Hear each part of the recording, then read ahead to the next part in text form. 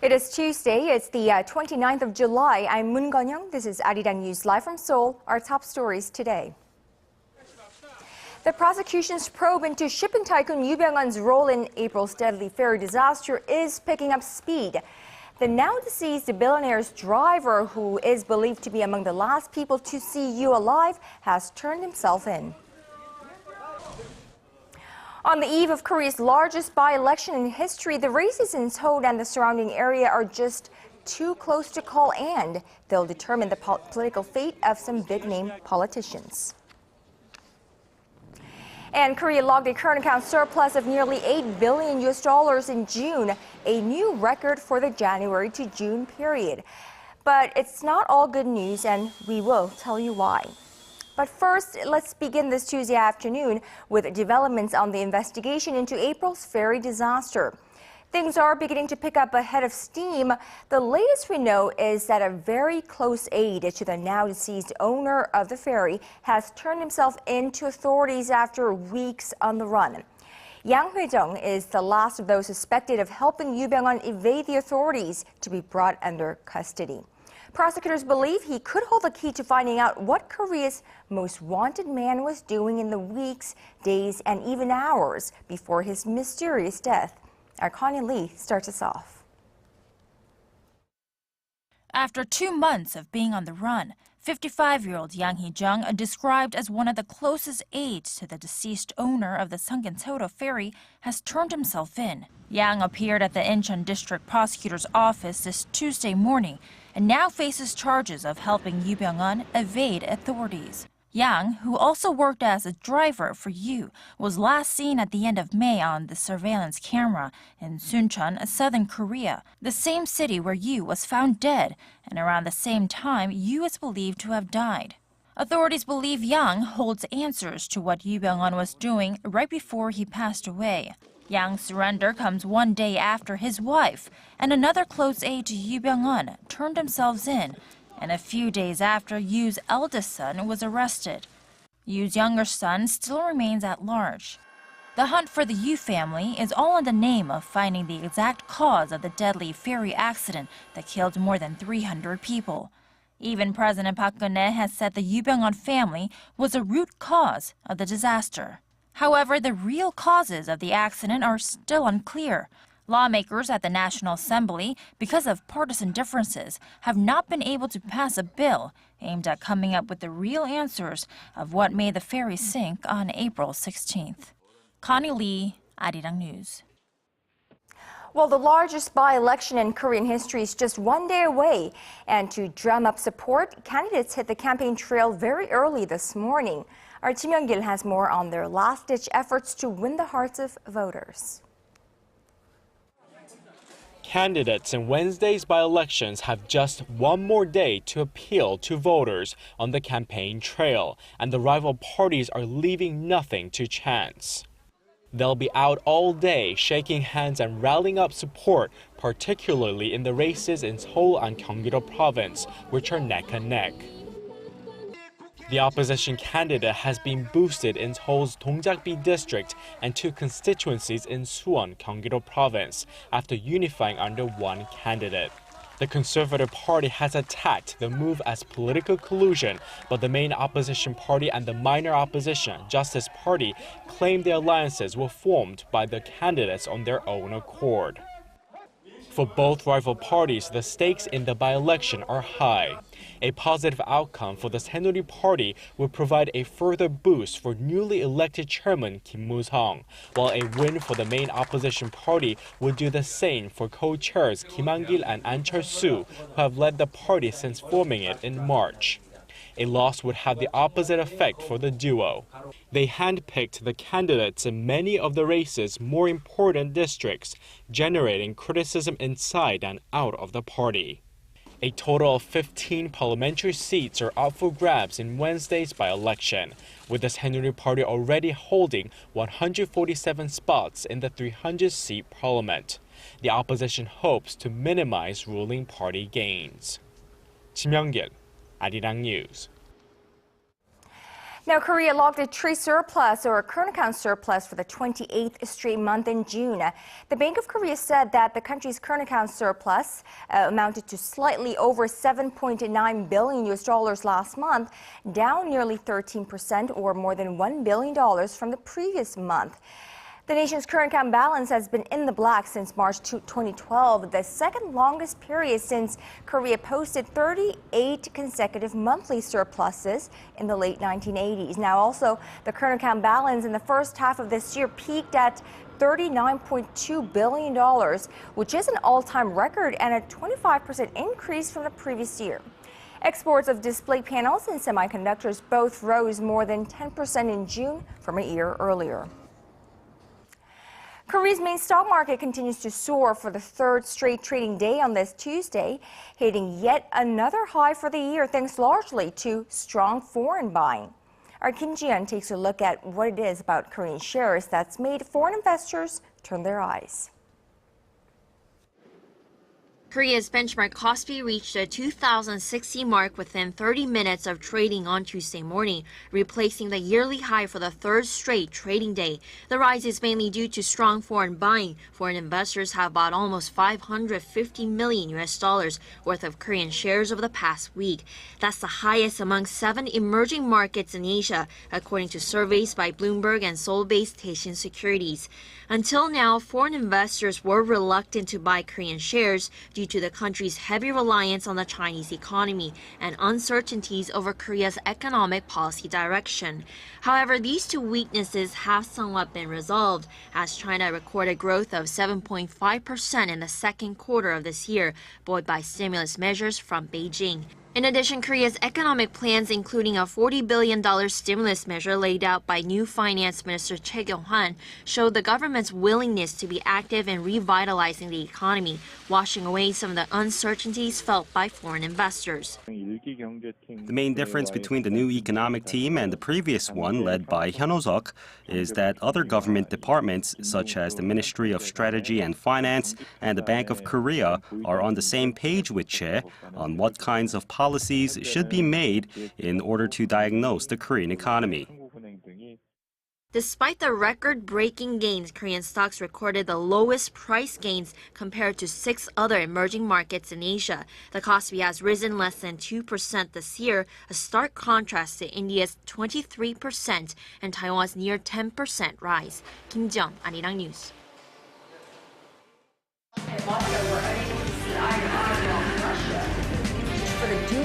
All of the day's important events close to home and around the world.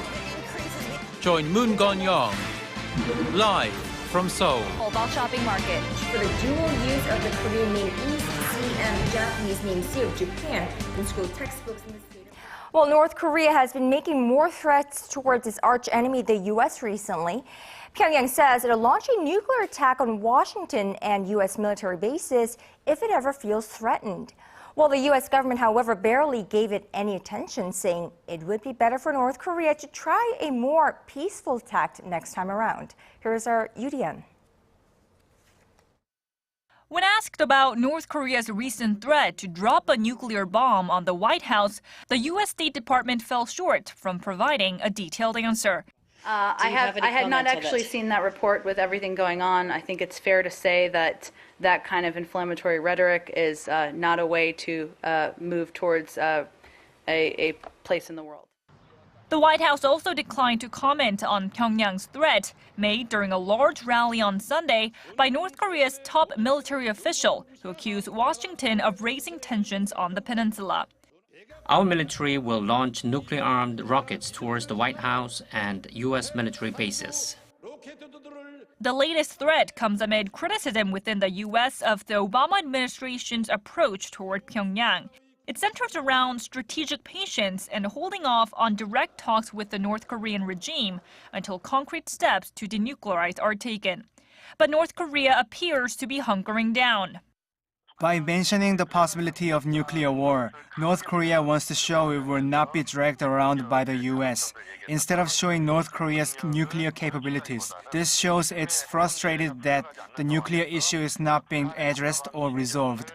Former U.S. State Department official Joel Witt also told the Joseonilbo on Monday that leaving North Korea alone over the past 6 years has been a mistake. He said it's time the U.S. open up high-level dialogue channels with Pyongyang. Witt also warned of North Korea's growing military threats, saying it will most likely finish preparations by the end of the year on a rocket more powerful than the Unha-3 rocket that was test-fired 2 years ago. Yurian, ARIRANG News. When South Korea announced back in March that it had selected Lockheed Martin's F-35 as its next-generation fighter, concerns were raised over the jet's safety and performance. While the voices of dissent have only strengthened in the 4 months since, a New York Times editorial published Monday says that F-35 has experienced several technical problems since development began 14 years ago. Most recently, an engine failure at an Air Force base in Florida last month. The Daily sided with experts who say it would be sensible for the U.S. to either buy fewer F-35s or halt purchases altogether until operational testing is completed in 2019. Now, South Korea announced in March that it would buy 40 of Lockheed Martin's F-35s in the coming years at an expected cost of nearly $6.8 billion. Korea and Japan plan to resume talks early next month on fishing inside their respective exclusive economic zones. A high-level official at Korea's Fisheries Ministry says Seoul has requested Tokyo to ease restrictions on hairtail fishing within the Japanese zone and to increase the amount of allowed hairtail catch from the current 2,100 tons to 8,000 tons. Well, Tokyo, on the other hand, wants a permanent permission for its recently enlarged mackerel fishing boats to operate within Korea's EEZ. Negotiations for the 12-month fishing season starting this July were halted without an agreement in late June, forcing fishermen from both sides to retreat to their respective waters. Now, it looks like there's more sanctions coming along for Russia as the U.S. and the EU are certain that Moscow is providing weapons to separatists in Ukraine that shot down Malaysia Airlines Flight 17. So we'll have more on that by our Song Ji-sun. The leaders of the United States and a handful of European nations have made clear their determination to act against Russia.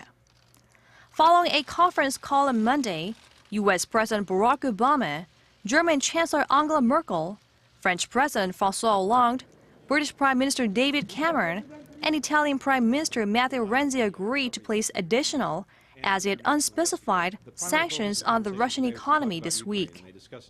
Western leaders are increasingly certain that Russian President Vladimir Putin has strong links to downing of Malaysia Airlines Flight 17 due to his support for pro-Russia separatists in eastern Ukraine.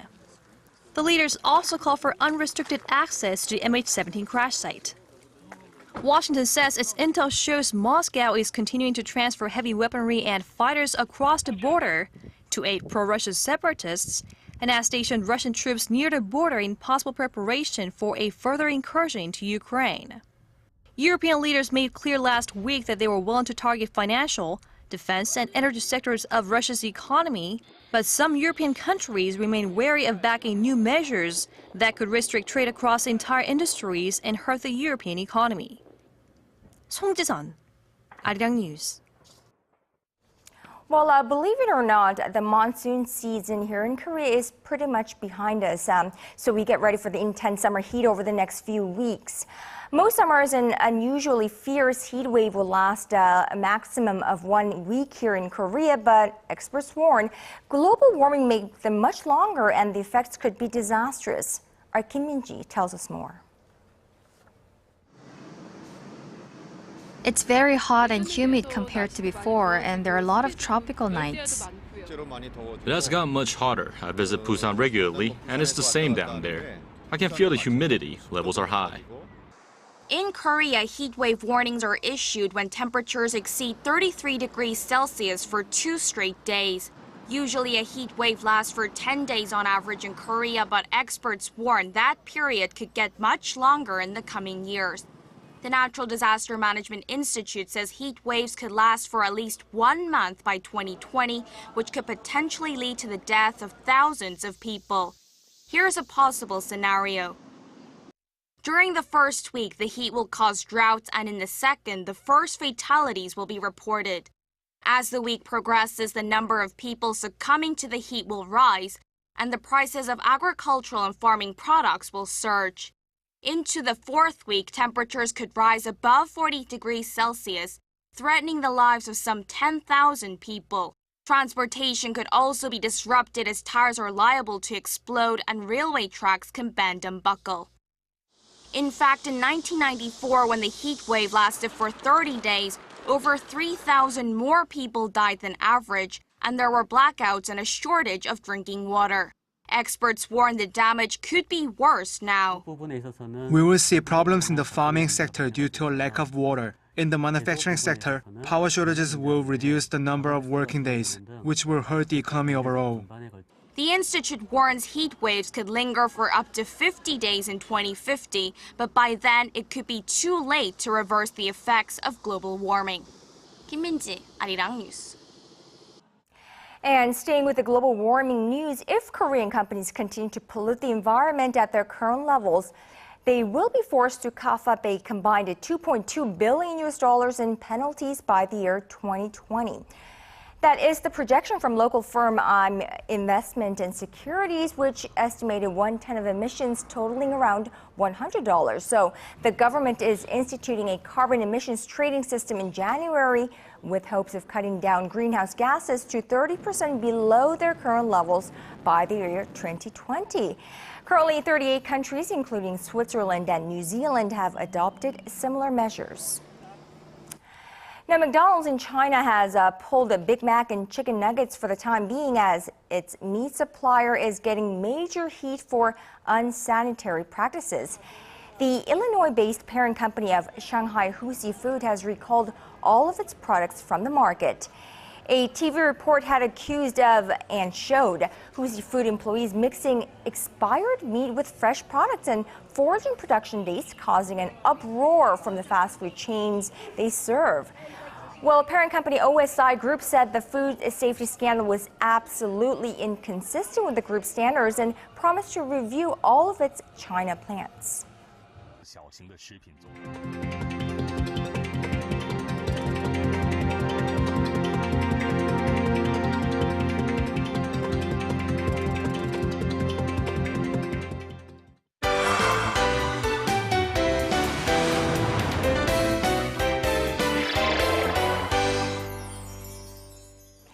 Well, on the cultural front, a special photo exhibition about Korea's easternmost island of Tokto has opened right here in Seoul.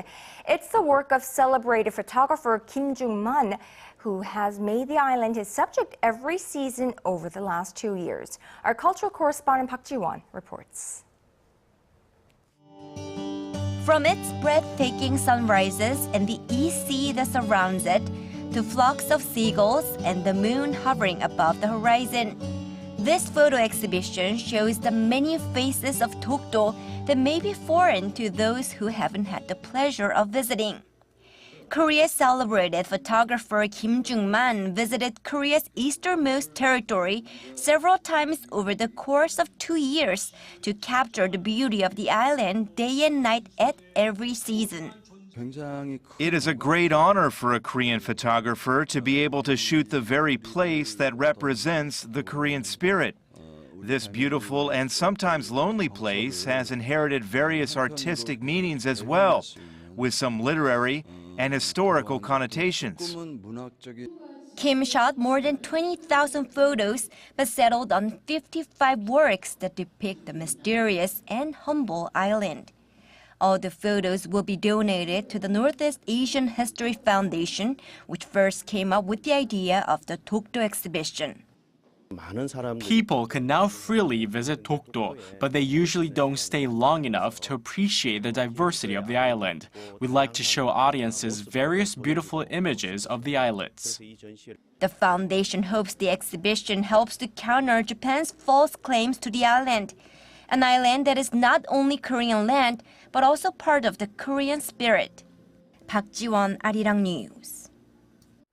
Well, a beautiful photo exhibit there. But now let's take a look at the other arts and cultural scenes here in Korea. And of course, our Im Yoon-hee joins me live in the studio. So Yoon-hee, from the title of your piece, I see No More Art. I wonder what that means. It's a very interesting art exhibition, actually. So we have a lot of beautiful galleries here in Seoul. I love to go take a visit, but they can become a bit monotonous. But I found a couple of art galleries that show some work from artists who really push the boundaries of art to create a very unique art experience. Take a look.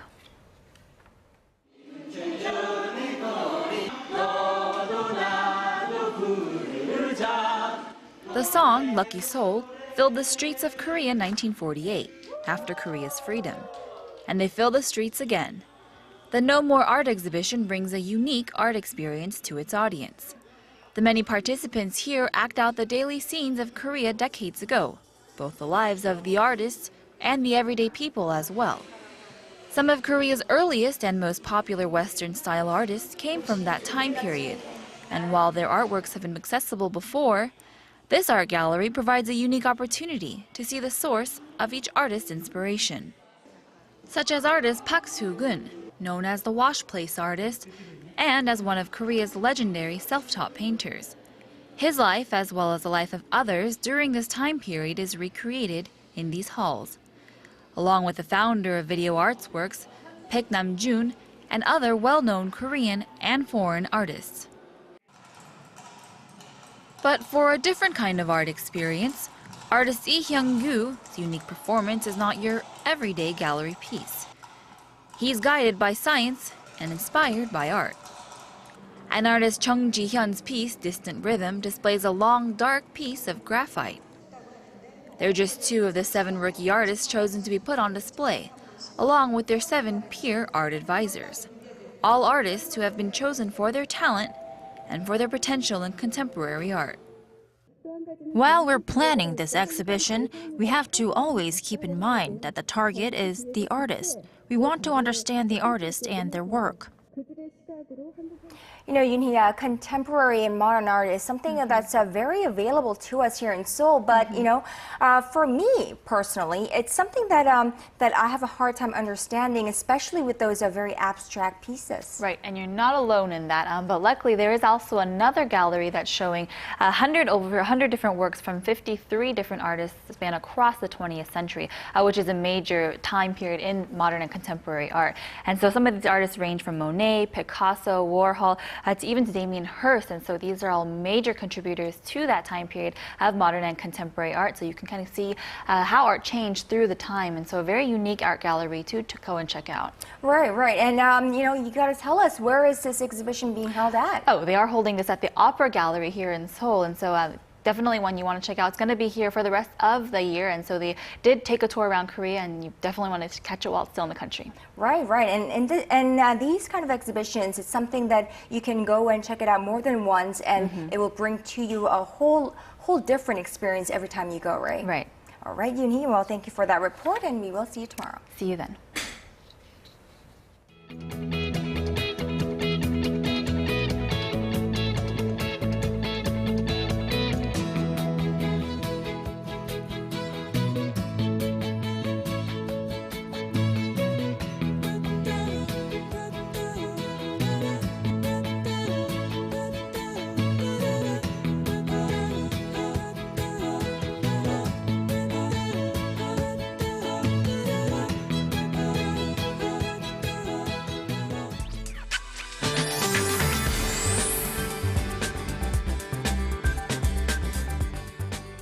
Good afternoon. It's another sunny day here in the capital. However, some regions like Gyeongsang-buk-do will get one last round of monsoon rain this afternoon, which will move into the central region by tomorrow.